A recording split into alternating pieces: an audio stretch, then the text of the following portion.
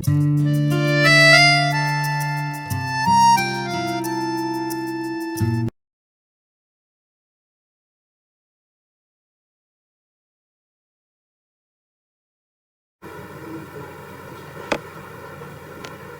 శ్రీ సాయిరాం.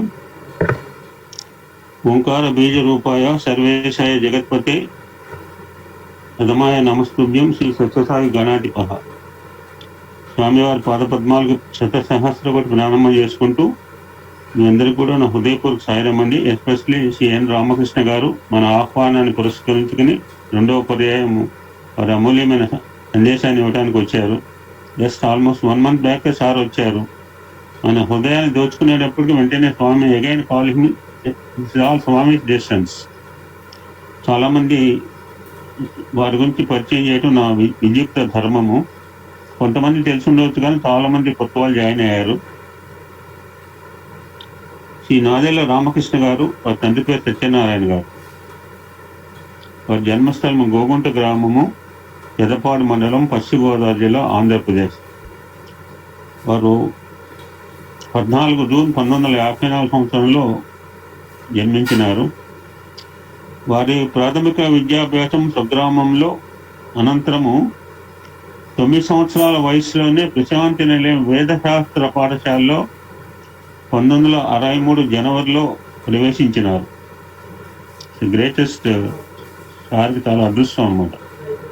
స్వామి education system ఎక్కడ ప్రారంభించారంటే అక్కడే అని వారి మాటలను చెప్పారు. అది నాంది ప్రస్తావన. 1970 డిసెంబర్ వరకు సంస్కృత శాస్త్ర అధ్యయనం అనంతరం స్వామివారి యొక్క అనుమతితో హైదరాబాద్లో విద్యాభ్యాసం, ఉస్మానియా విశ్వవిద్యాలయం హైదరాబాద్ నుంచి ఎంఏ, ఎంఈడి, పిహెచ్డి డిగ్రీలు పొందినారు. వారు నాకు చిరకాల ఆప్తుడు. మేము ఒకటే మాతృ సంస్థ సింగరేణి కాలేజ్లో పనిచేశాము. అందులో ఒకటే ప్రదేశం కొత్తగూడెంలో. వారు విద్యా సంస్థలో ముందు ఉపాధ్యాయుడిగా జాయిన్ అయిన తర్వాత లెక్చరర్గా, ఉపన్యాసకుగా పనిచేసి జూన్ 30, 2012 సంవత్సరంలో పదవి విరమణ చేసినారు. నాకంటే 4 సంవత్సరాలు 4 years బ్యాక్ కరెక్ట్గా. వారు స్వామి మీద ఎన్నో అద్భుతమైన గ్రంథాలు రచించినారు. మానవతా విలువలు, పుట్టపర్తి వైభవము,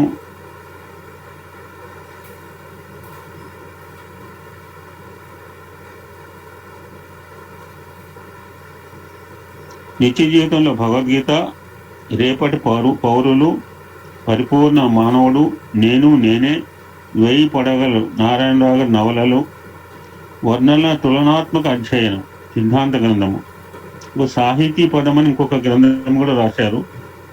వారు ప్రస్తుతము ఉద్యోగం అయిపోయిన తర్వాత హైదరాబాద్ వనస్థలిపురంలో ఉంటున్నారు.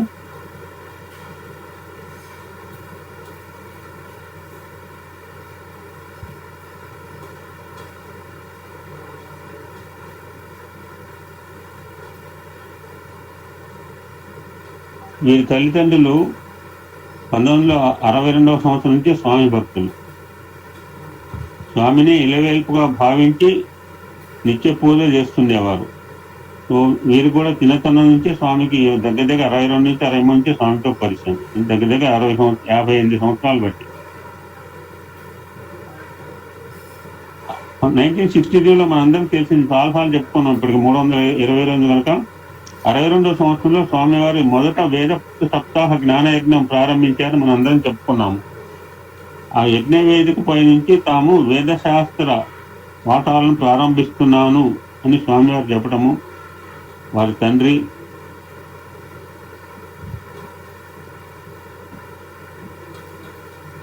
తండ్రి గారి యొక్క ఆజ్ఞ ప్రకారము వీరు కూడా అందులో చేరటము, 9 సంవత్సరాల వయసులోనే స్వామి దగ్గర పాఠశాలలో 7 సంవత్సరాల విద్యను అభ్యసించడం చాలా గొప్ప అదృష్టం అనమాట. అందులో వైదిక విద్య, విద్వత్పోషణ, వేద సంరక్షణ, స్వామి యొక్క అవతార కార్యక్రమం చాలా ముఖ్యమైనవి. మడిపోయినవి, మనం మర్చిపోయిన హైందవ సంస్కృతిని, వేద సంస్కృతిని, వేదాలు మనకు ఆయువు పట్టు అనే ఉద్దేశంతోనే స్వామి స్టార్ట్ చేసిన ముందు వేద పాఠశాల. ఆ విధంగా స్వామి చెంతకు వచ్చిన వీరు వేద పాఠశాల విద్యార్థిగా 8 సంవత్సరాలు అక్కడ విద్యాభ్యాసం చేసినారు. ఆ సమయంలో స్వామివారు తాము స్వయంగా రచించి ప్రదర్శింపజేసిన నాటకాల్లో స్త్రీ పాత్రధారిణిగా స్వామిచే ఎంపిక చేయబడి స్వామి అనుగ్రహాన్ని పొంది స్వామి సాన్నిధ్యాన్ని పొందగలిగినారు. నిరంతరం స్వామి సేవలో తరిస్తూ వారి యొక్క సందేశాల ద్వారా ఎందరో సన్మార్గంలోకి నడుపుతున్నారు. Request my brother Shri Ramakrishna గారు, ప్లీజ్ అడ్రస్ యువర్ సత్సంగ సాయిరాం.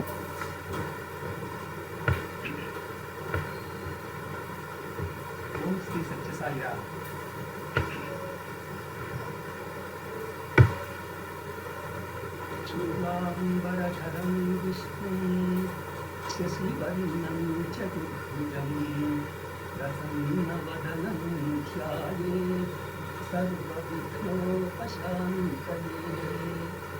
జ్ఞానానందమయం దేవం నిర్మలస్ఫటికాకృతిం ఆధారం సర్వవిద్యానాం హయగ్రీవముపాస్మహే. అజ్ఞానతిమిరాంధస్య జ్ఞానాంజనశలాకయా చక్షురున్మీలితం యేన తస్మై శ్రీగురవే నమః. గురవే సర్వలోకానాం భిషజే భవరోగిణాం నిధయే సర్వవిద్యానాం దక్షిణామూర్తయే నమః.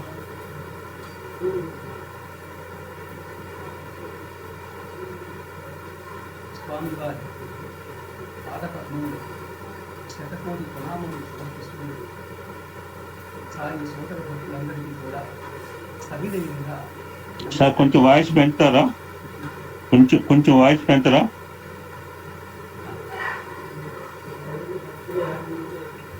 సవినయంగా అందరికీ నమస్కరిస్తూ నేను స్వామి యొక్క దయతో స్వామి చెప్పినటువంటి మాటలనే ఇక్కడ మీ ముందుంచడానికి ప్రయత్నం చేస్తున్నాను. మొట్టమొదటగా అహం సత్యబోధక అనే ఈ గ్రూపును ఏర్పాటు చేయడం, అందులో సాయి సోదరులు ఎంతోమంది వారు సభ్యులుగా చేరడం, దానికి నిర్వహణ లక్ష్మీనారాయణ గారు వారు నిర్వహించడం, ఇవన్నీ కూడా భగవంతుని యొక్క విలాసనాటకంలో భాగాలు. ఇటువంటి ఈ పవిత్రమైనటువంటి ఈ గ్రూపులో నన్ను ఉపన్యసించడానికి లక్ష్మీనారాయణ గారు ఆహ్వానించారు. ఇది కూడా స్వామి యొక్క దయయే అని భావిస్తున్నారు. స్వామి ప్రేరణతోనే వారు నన్ను ఈ విధంగా రెండవసారి ఉపన్యసించవలసిందిగా కోరారు. ఈ జ్ఞానంలో అందరూ కూడా మీరు చాలా ప్రావీణ్యం పొందారని నేను భావిస్తున్నాను. ఎందుకంటే ఇంతవరకు ఈ ఆధ్యాత్మిక ఉపన్యాసాలు 320 పైగా అహం సత్యబోధక అనే గ్రూపు ద్వారా నిర్వహించారు. మరి 320 ఆధ్యాత్మిక ఉపన్యాసాలు మీరందరూ విన్నారంటే ఈ ఆధ్యాత్మిక విద్యలో ఎంతో అభినివేశం సంపాదించారని చెప్పని నా అభిప్రాయం. అటువంటి మీకు నేను మరల ఆధ్యాత్మిక ఉపన్యాసం చెప్పడం అంటే అది ఒక సూర్యుడి ముందు దివిటీ చూపించినట్టుగా నా ఉపన్యాసం ఉంటుందేమో అని చెప్పని నేను భావిస్తున్నాను. అంచేత ఈ ఆధ్యాత్మిక ఉపన్యాసంలో నేను చెప్పేటటువంటి విషయాలు మీ అందరికీ కూడా చాలా అందరికీ తెలిసిన విషయాలే ఉంటాయి. Super voice. కాబట్టి ఓకే సార్, సాయిరామ్. అయితే నేను చెప్పిన విషయాలన్నీ కూడా మరొక్కసారి మీకు తెలిసిన విషయాలనే నేను మరి తిరిగి చెప్పడం ఒక విధంగా మనం తెలుసుకున్న విషయాలను మననం చేసుకోవటమే. తెలుసుకున్న విషయాలను మననం చేసుకోవటం చాలా ముఖ్యమండి. తెలుసుకోవటం ఎంత ముఖ్యమో తెలుసుకున్న విషయాలని పదే పదే దానిని మనం గురించి ఆలోచించడం, సుదీర్ఘంగా దాని గురించినటువంటి ఈ చింతన చేయటం చాలా ముఖ్యమైనది. ఇది ఆధ్యాత్మిక జ్ఞానంలో ఈ చింతన అనేది చాలా ముఖ్యమైనది. అటువంటి చింతనయే మనం చేసుకుంటున్నామని చెప్పని నా అభిప్రాయం. కానీ నేనేదో మీకు తెలియని కొత్త విషయాలు చెప్తాననేటటువంటి ఆ ఆలోచన అయితే నాకు లేదండి. కాబట్టి దయచేసి నేను చెప్పినటువంటి ఈ విషయాల్లో ఏవైనా పొరపాట్లు ఉంటే అవి సహృదయంతో మన్నించండి. అలాగే నేను చెప్పిన కొత్త విషయాలు ఏమైనా ఉంటే అవి స్వామివారు యొక్క ప్రేరణతో నా నుండి వెలువడినవి అని భావించండి. అంతేగాని నాదంటూ ఏమీ లేదు ఇది.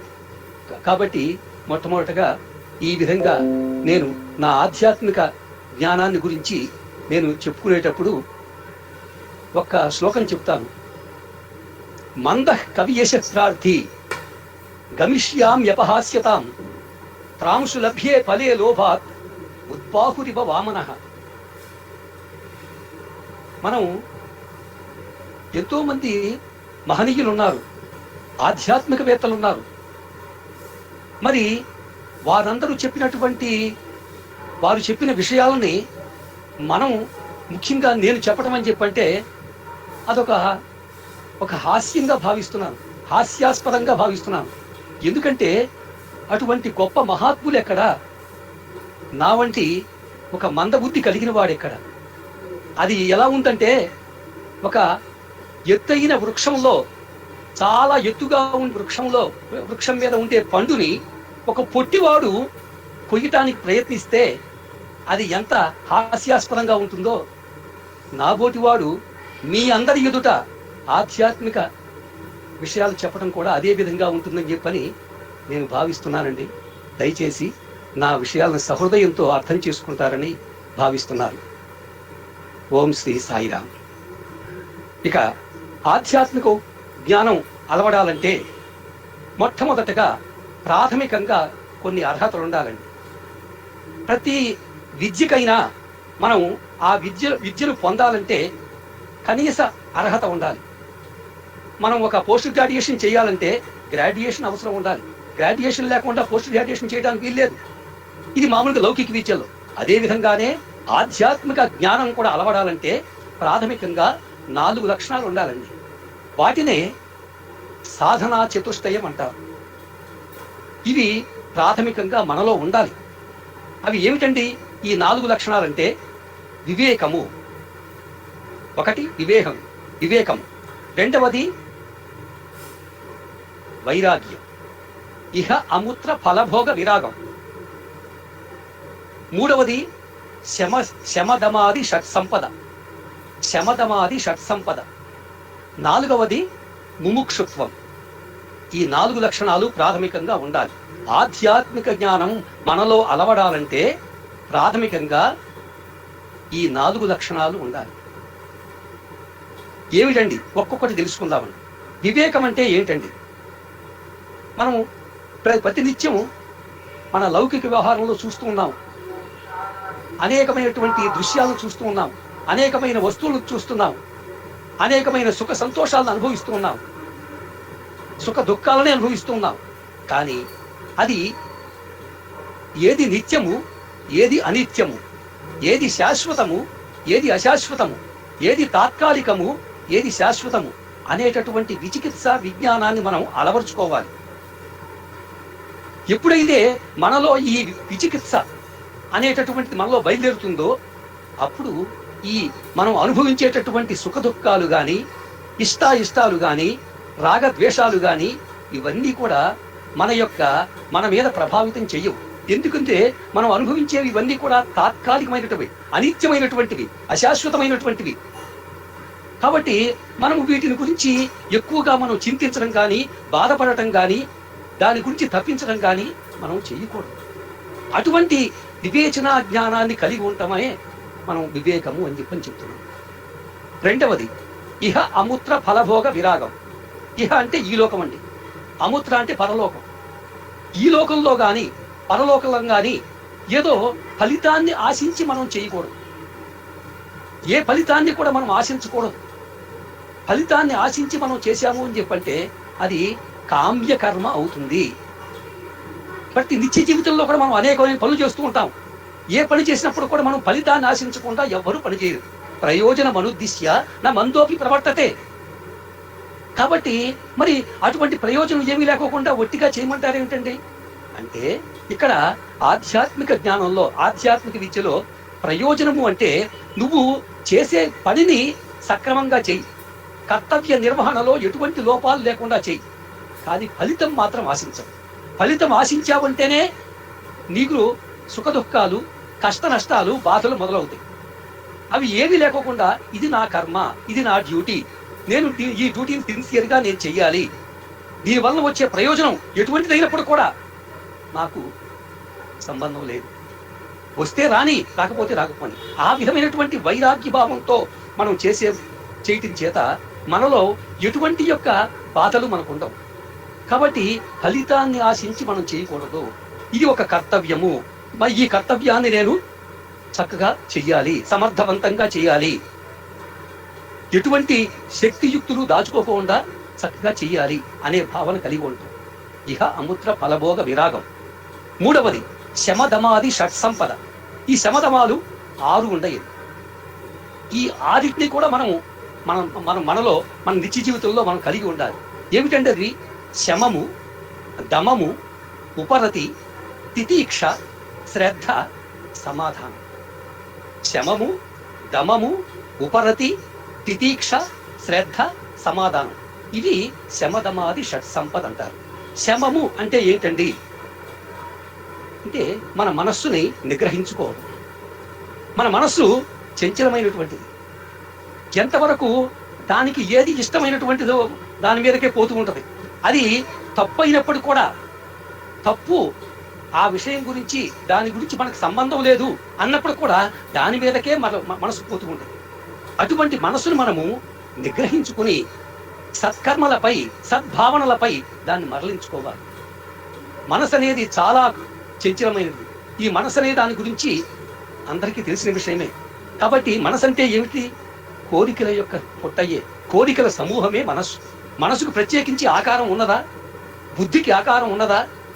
హృదయానికి ఆకారం ఉన్నదా? లేదు. కానీ ఆకారం లేకపోయినప్పుడు కూడా మనసు జీవితాన్ని, మనిషి జీవితాన్ని మార్చేసేటటువంటిది. మన ఏవ మనుష్యానాం కారణం బంధమోక్షయో అన్నారు. కాబట్టి మనో నిగ్రహం అనేది చాలా అవసరం. మనస్సుని మనము సత్కర్మల వైపు, సద్భావనల వైపు మళ్లించాలి. ఆ విధంగా మన మనస్సును మనం నిగ్రహంలో పెట్టుకున్నప్పుడే మనము ఆధ్యాత్మికంగా మనం ముందుకు సాగగలం. రెండవది దమము. దమం అంటే ఏంటండి? మనం శరీరాన్ని, మన ఇంద్రియాలని మనం నిగ్రహించుకోవాలి. శరీరము, ఇంద్రియములు మనకి ఆధ్యాత్మిక సాధనలో మనకు ఒక ముందుకు నడిపించేటటువంటి సాధనాలు. కాబట్టి మనము ఈ ఇంద్రియాలను మనం కంట్రోల్ చేసుకుంటేనే మనం ఏ పనైనా చేయగలం. ఇంద్రియాలు తమ ఇష్ట ప్రకారంగా అవి చేస్తూ ఉంటే, ఈ ఇంద్రియాలకు మనసు కూడా తోడైతే జీవుడు తన అధీనంలో ఈ పూర్తిగా తన అధీనాన్ని కోల్పోతాడు. వాటి మీద ఉండేటటువంటి అధికారాన్ని కోల్పోతాడు. కాబట్టి ఇంద్రియ నిగ్రహం కూడా అవసరం. మనో నిగ్రహం ఎంత అవసరమో ఇంద్రియ నిగ్రహం కూడా అంతే అవసరం. కాబట్టి ఈ రెండు కూడా అవసరమే. మూడవది ఉపరతి. ఉపరతి అంటే ఏంటండి? మనకి సంతోష విషాదాలు ఉంటాయి, అలాగే ఇష్టాలు ఉంటాయి, సుఖ దుఃఖాలు వస్తాయి. జీవితంలో అనేకమైనటువంటి మనకు వస్తూ ఉంటాయి. ఇవన్నీ కూడా, వేటిని కూడా దానిని మనము మనలోకి తీసుకో.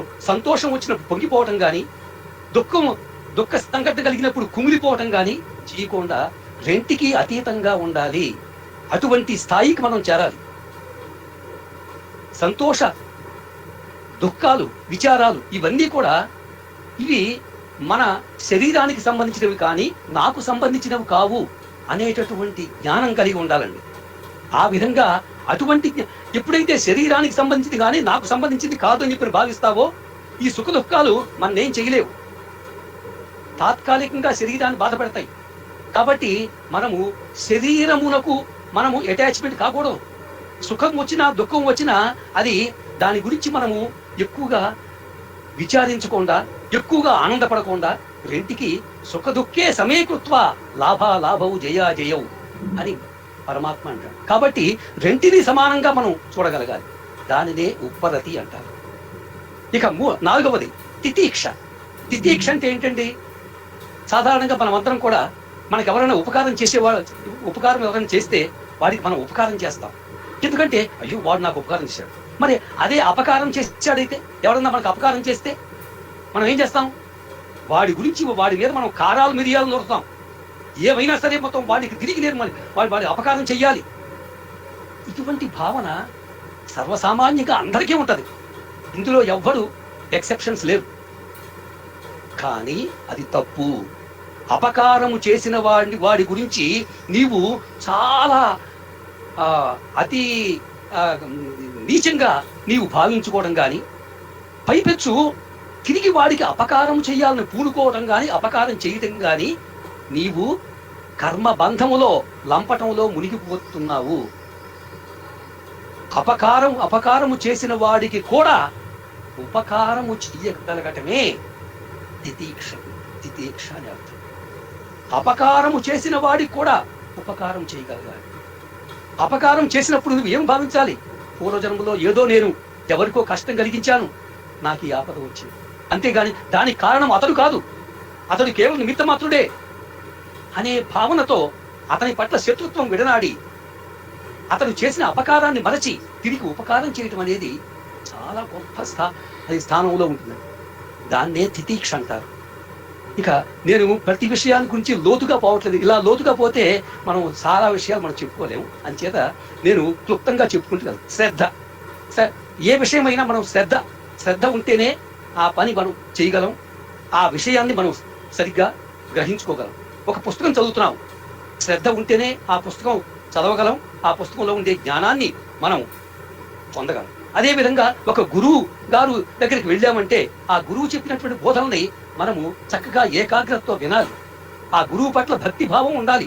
ముందు ఆ గురువు పట్ల ఒక వినయ విధేయతలు ఉండాలి. ఉన్నప్పుడే ఆ గురువు చెప్పినటువంటి యొక్క మంచి విషయాలు అవి మనకి అవగతం అవుతాయి. గురువు పట్ల నీకు తేలిక భావం, అగౌరవం నీకు ఉన్నప్పుడు ఆయన ఏది చెప్పినా నీకు అది మనసుకు వంట పట్టదు, నువ్వు గ్రహించలేవు. కాబట్టి ఆ గౌరవ భావం, భక్తి శ్రద్ధలు అది ఉండటం అనేది ఈ ఆధ్యాత్మిక జ్ఞానంలో చాలా అవసరం అండి. శ్రద్ధ అనేది శ్రద్ధావాన్ లభతే జ్ఞానం. కాబట్టి నీవు సద్గ్రంథ పఠనం ద్వారా గాని, గురువు ద్వారా గాని, మరే విధంగానైనా జ్ఞానం సంపాదించాలంటే మొట్టమొదటి నువ్వు శ్రద్ధ నీలో ఉండాలి. ఇక చివరిది సమాధానం. సమాధానం అని చెప్పంటే మనము ఈ ప్రపంచానికంతటి నడిపించేది పరమాత్మ. పరమాత్మయే ఈ సృష్టి స్థితి లయలకు కారకుడు. నాకు వచ్చినటువంటి సుఖాలైనా కష్టాలైనా ఇవన్నీ కూడా నేను అవి నా పూర్వజన్మ సుకృతంగా, పూర్వజన్మ కర్మఫలంగా నాకు వచ్చినవి కానీ మరెవరూ ఇందులో కారణం కాదు. కాబట్టి నేను గురువుల యొక్క బోధనలు వినాలి, శాస్త్ర జ్ఞానాన్ని నేను పాటించాలి, తద్వారా నేను పురోగతి సాధించాలి ఆధ్యాత్మికంగా అనే ఒక భావన. ఇది భగవంతుడు సర్వాంతర్యామి, ఆయనకు తెలియకుండా ఏది జరగదు. నాకు వచ్చినటువంటి ఈ కష్టాలు గాని సుఖాలు గాని ఆ పరమాత్మ ఇచ్చినవే. దీని గురించి ఇంకొకటి మనం ఆడిపోసుకోకూడదు, అందుటిని కూడా మనము ఆనందంగా స్వీకరించాలి అనే భావన కలిగి ఉండటమే సమాధానం అండి. ఇది ఈ విధంగా ఇక మూడు లక్షణాలు అయిపోయినాయి. నాలుగవది ముముక్షుత్వం. ప్రాథమిక లక్షణాల్లో 4 లక్షణాలు అని చెప్పి అనుకున్నాం కానీ 3 లక్షణాలు చెప్పాను. శమము, దమము, వివేకము, వైరాగ్యము, శమదమాది షట్ సంపద అయింది. 4వది ముముక్షుత్వం. ముముక్షుత్వం అంటే మోక్షం కావాలని కోరుకోవడం. మోక్షం కావాలని కోరుకోవడం. మరి మోక్షం ఎలా వస్తుంది? మోక్షం కావాలి అనుకుంటే వస్తుందా? మోక్షం కావాలి అంటే దానికి తదనుగుణమైనటువంటి జ్ఞానాన్ని నువ్వు పొందాలి. ఏ జ్ఞానాన్ని పొందాలండి? ఆ పరమాత్మ సర్వాంతర్యామి, ఈ జగత్తులో అంతటా అతను వ్యాపించి ఉన్నాడు, అణువణువున వ్యాపించి ఉన్నాడు. పరమాత్మ లేని ప్రదేశము లేదు, పరమాత్మ లేని జీవుడు లేడు. కాబట్టి మనము ఆ విధంగా పరమాత్ముని ఈ ప్రపంచమంతటా చూడగలిగినప్పుడు, ఆ జ్ఞానం మనలో అలవడినప్పుడు, సర్వం విష్ణుమయం జగత్ అనే జ్ఞానం మనలో అలవడినప్పుడు మోక్షం సిద్ధిస్తుంది. మోక్షం సిద్ధించడం అంటే చనిపోయిన తర్వాత ఏదో వైకుంఠ లోకానికో కైలాస లోకానికో వెళ్తాం కాదండి. మనం జీవించి ఉన్నప్పుడే మోహాన్ని క్షయం చేసుకోవడమే మోక్షం. మనలో ఉండేటటువంటి రాగద్వేషాలను తొలగించుకోవడమే మోక్షం అండి. కాబట్టి ఇటువంటి ముముక్షుత్వాన్ని కలిగి ఉండటం కూడా చాలా అవసరం. ఈ విధంగా ఈ 4 లక్షణాలు ఆధ్యాత్మిక జ్ఞానం అలవడటానికి ఒక ప్రతి సాధకుడిలో ఉండవలసినటువంటి ప్రధానమైనటువంటి 4 లక్షణాలండి. వీటినే సాధనా చతుష్టయం అంటారు. ఇక మరి ఇటువంటి సాధనా చతుష్టయం కలిగిన తరువాత మనకి ఆ పరమాత్ముడి యొక్క దైవ దర్శనం కలగాలి. దైవ దర్శనం కలగాలి అంటే మనం దేవుడు మనకి మనలాగా ఒక ఆకారం ధరించిన వాడైతే మనం దేవుణ్ణి చూడగలం. మరి దేవుడు నిరాకారుడు కదా. నిరాకారుడైన వాడిని నువ్వు సాకారంగా ఎలా దర్శించగలవు? దర్శించినా నీవు నీ చర్మచక్షులతో ఎలా చూడగలవు? దేవుడి యొక్క రూపం ఇదమిత్తంగా ఎవరు చెప్పగలరు? ఇవన్నీ కూడా మనము రాముడని, కృష్ణుడని, విష్ణువని, మనం శివుడని, ఇవన్నీ బ్రహ్మ, ఇవన్నీ కూడా మనం ఊహించుకుని పరమాత్మ యొక్క రూపం ఎలా ఉంటుందని ఆ మహర్షులు చెప్పినటువంటి యొక్క ఆ రూప ఆ వర్ణనని ఆధారంగా చేసుకుని పరమాత్మ స్వరూపాన్ని మనం ఇలా చూడగలుగుతున్నాం. కానీ నిజంగా పరబ్రహ్మకు ఎట్టి రూపము లేదు. ఆయన నిర్గుణుడు, నిరాకారుడు, నిరంజనుడు. అటువంటి ఆ పరమాత్మను దర్శించాలంటే మనము మనలో ఉండేటటువంటి యొక్క అజ్ఞానాన్ని తొలగదీసుకోవాలి. జ్ఞానాంజనమును మనము కలిగి ఉండాలి. అజ్ఞాన తిమిరాంధస్య జ్ఞానాంజన శలాకయ చక్షురున్మీలితం. జ్ఞాన చక్షు మనలో ఏర్పడినప్పుడే ఆ భగవంతుని దర్శించుకోగలం. ఉదాహరణకి మనము చీకట్లో ఒక చెట్టును చూసామండి. ఆ చెట్టు అది ఎండిపోయిన చెట్టు. చీకట్లో ఆ ఎండిపోయిన చెట్టు మనకి ఎలా కనిపిస్తుంది? వాటిని చూస్తే మనం అదొక దెయ్యమో భూతమో, నల్లగా ఉండేటటువంటి నల్లగా ఎత్తుగా భయంకరంగా కనిపిస్తుంది కాబట్టి దాన్ని చూసి మనం భూతం అనుకుంటాం. నిజంగా అది దెయ్యం భూతం కానే కాదు. మరి నీకు ఎందుకంటే కనిపిస్తుంది? చీకట్లో అంటే చీకటిలో ఉండటం బట్టి నీకు అది కనిపిస్తూ ఉంది. అదే వెలుతురు వచ్చినప్పుడు వెలుతురులో చూస్తే నీలో ఉండే భ్రమ ఏంటది? దెయ్యమో భూతమో అనే భ్రమ ప్రకాశం కలిగినప్పుడు ఆ భ్రమ తొలగిపోతుంది. ఏదు ఇది చెట్టే, ఎండిన చెట్టే, నేను దీన్ని చూసి నేను భూతం అనుకున్నాను అని నువ్వు భావిస్తావు. ఎప్పుడు? ప్రకాశం అంటే వెలుతురు వచ్చినప్పుడు దాన్ని చూసి అనుకుంటావు. అంటే వెలుతురు కలిగినప్పుడు నీలో సరైనటువంటి జ్ఞానం కలిగింది. ఆ వెలుతురు లేనప్పుడు నీవు ఒక భ్రమలో ఉన్నావు, ఒక మాయలో ఉన్నావు. అదే విధంగానే మనం పరమాత్ముని దర్శించాలని చెప్పన్నా గాని మనము మనలో ఉండేటటువంటి అజ్ఞానాన్ని తొలగదూసుకోవాలి. పరమాత్మను దర్శించాలని చెప్పంటే 2 లక్షణాలు ప్రధానంగా ఉన్నాయండి. ఇవన్నీ కూడా కొంచెం ఆధ్యాత్మిక జ్ఞాన పిపాస కలిగిన వారికి కొంచెం అర్థమవుతుంది. ఏమిటంటే తటస్థ లక్షణం, స్వరూప లక్షణం. ఇవి 2 ప్రధానమైనవి. ఈ 2 ద్వారానే మనము భగవంతుని సందర్శించడానికి అవకాశం ఉంది. తటస్థ లక్షణం అంటే ఏంటి? మనకు ఒక తెలిసిన విషయము ద్వారా తెలియని దాన్ని మనము తెలిసిన విషయము ద్వారా తెలియని దాన్ని తెలుసుకోవడం. ఏమండి? తెలిసిన విషయము ద్వారా తెలియని దాన్ని మనం తెలుసుకోవడమే తటస్థ లక్షణం. అంటే ఏంటండి? ఉదాహరణకి చందమామ ఉన్నది. చందమామ ఎక్కడో ఆకాశంలో సుదూరంగా ఉన్నది. కానీ మనం ఆ పసిపిల్లవాడికి అన్నం తినిపించేటప్పుడు ఆ పసిపిల్లవాడికి ఏం చెప్తాం? అదిగో చందమామ ఎక్కడుందమ్మా, అదిగో ఆ చెట్టు మీద నుంచి చూడు, ఆ చెట్టు మీద ఉంది చూడు అంటాం. నిజంగా ఆ కుర్రవాడు కూడా చెట్టు మీద నుంచి వస్తాడు. ఆ చెట్టు ఎక్కడ కనిపిస్తుంది? చెట్టు మీద నుంచి వస్తాడు. చెట్టు మీద నుంచి చూస్తే చందమామ కనిపించింది. నిజంగా మరి చందమామ చెట్టు మీదే ఉందా? చెట్టు మీద ఉందా చందమామ? లేదు. చందమామ ఎంతో దూరంలో ఉంది. కానీ దగ్గర కనిపిస్తూ ఉండేటటువంటి చెట్టును ఆధారంగా చేసుకొని ఎక్కడో సుదూరంలో ఉండేటటువంటి చందమామను మనం చూపించాం. ఆ విధంగా చందమామను గుర్తించాడు కూడా ఆ బిడ్డ.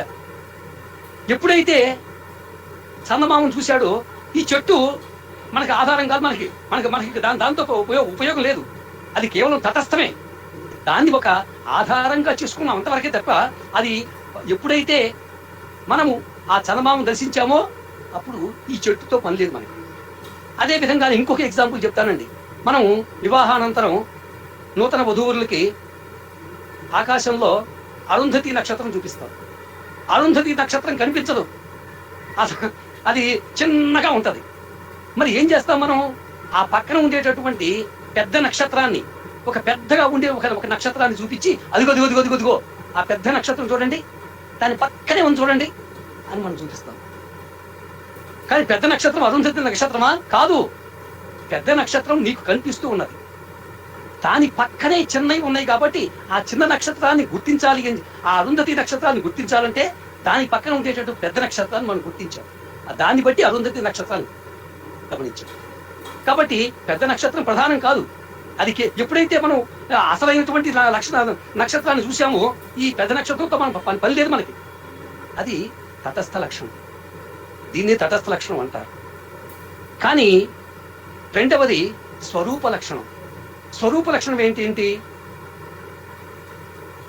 మనం ఒక వస్తువుని పూర్తిగా దాని యొక్క నిర్మాణం దగ్గర నుంచి దానిలో ఉండేటటువంటి యొక్క ఆ పదార్థాన్ని గురించి పూర్తిగా క్షుణ్ణంగా అధ్యయనం చేయటమే స్వరూప లక్షణం. మనం ఇప్పుడు స్వరూప లక్షణం అంటే మనం పరమాత్మను గుర్తించాలంటే మనము తటస్థ లక్షణం ద్వారా మనం చేయగలమా? పరమాత్మ మనకి ఎక్కడ కనిపిస్తాడు? ఈ ప్రకృతిలో మనం పరమాత్మను చూడాలని చెప్పంటే చర్మచక్షులతో సాధ్యం అవుతుందా? కాదు. పరమాత్మ సృష్టింపబడినటువంటి ఈ ప్రాణుల ద్వారా మనం చూడగలం, కానీ పరమాత్మను నేరుగా చూడలేము. కానీ స్వరూప లక్షణం అట్టా కాదండి. పరమాత్మ ఈ సృష్టికర్త కాబట్టి సృష్టిని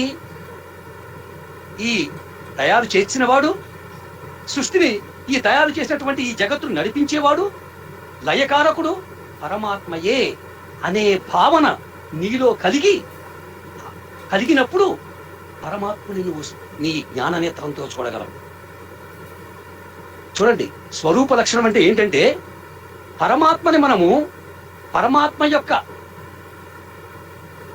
యొక్క ఆ స్వరూపాన్ని మనము దర్శించాలని చెప్పంటే మనము ఆ పరమాత్మ సృష్టించినటువంటి జగతిని దీని యొక్క నిర్మాణాన్ని, అలాగే దీని యొక్క పోషణని, దీని యొక్క లయకారకుడు అంతటా పరమాత్మే నిండి ఉన్నాడు అనేటటువంటి జ్ఞానంతో మనము భావించినప్పుడు అప్పుడు పరమాత్మని చూడగలం. కాబట్టి మనము తటస్థ లక్షణం ద్వారా పరమాత్మని దర్శించలేము, స్వరూప లక్షణం ద్వారానే పరమాత్మని దర్శించగలం. మరొక విషయం అండి, ఈ లౌకిక ప్రపంచంలో ఉండేటటువంటి ప్రతి వస్తువులో కూడా 5 లక్షణాలు ఉంటాయండి. ప్రతి వస్తువులో కూడా 5 లక్షణాలు ఉంటాయి. అవి ఏమిటవి? అస్థి, భాతి, ప్రియం, రూపం, నామం. అస్థి, భాతి, ప్రియం, రూపం, నామం. మరి ఈ 5ంటిని మనం బాగా అర్థం చేసుకుంటే పరమాత్మ దర్శనం ఇంకా సులభం అవుతుంది. ఏమిటది? అస్థి అంటే ఒక వస్తువు ఉన్నది అని చెప్పటానికి అస్థి అంటాం. మనం ఎందుకంటే ఆ వస్తువు ఎదురుకుండా కనిపిస్తూ ఉన్నది, నీకు వస్తువు ఎదురుకుండా ఉన్నదాన్ని ఉన్నది అని చెప్పడం తప్పేం కాదు. అస్థి, ఉన్నది, అది శబ్ద లక్షణం. రెండవది భాతి. మరి ఆ వస్తువును నువ్వు ఎలా చూడగలుగుతున్నావు? చీకట్లో చూడగలవా? చీకట్లో ఆ వస్తువును చూడగలవా? చూడలేవు. మరి ఎప్పుడు చూస్తావు? వెలుతురు ఉంటేనే చూస్తావు. ఆ వెలుతురే భాతి. ప్రకాశం ఉంటేనే నీవు ఆ వెలుతురును చూడగలవు. ఇది భాతి అంటారు. అంటే వస్తువు ఉన్నది అని చెప్పడాన్ని మనము నిశ్చయించుకున్నాం. ఏది? ఆ వస్తువు ఉన్నది.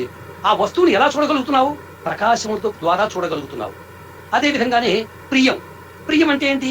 ఆ వస్తువు వల్ల నీవు ఎంతో ప్రయోజనం పొందుతున్నావు, ఎంతో ఉపయోగం పొందావు కాబట్టి నీకు ఆ వస్తువు అంటే ఎంతో ఇష్టం. ఇష్టం అంటే ప్రీతి. కాబట్టి ఈ అస్థి భాతి ప్రియం, ఈ వస్తువులో ఈ 5 లక్షణాలు. అలాగే రూపం, ఆ వస్తువుకు ఒక రూపం ఉంటుంది, ఆ వస్తువుకు ఒక పేరు ఉంటుంది. కానీ ఈ 5 లక్షణాలలో పరమాత్ముడు 3 లక్షణాలు కలిగి ఉంటాడు. ఎందుకంటే ఈ ప్రపంచమంతా కూడా జడమయమైనటువంటి ప్రపంచంలో మరి అన్నీ కూడా, మరి జడం అంటే ఏంటి? కదలకుండా ఉంటాం. ఇప్పుడు చూడండి, మన శరీరం ఉన్నది. ఇప్పుడు చక్కగా నేను మాట్లాడుతున్నాను, మిమ్మల్ని అందరినీ చూస్తున్నాను, మరి ఇవన్నీ చేస్తున్నానని చెప్పంటే ఇప్పుడు ఇది జడమంటామా? కాదు.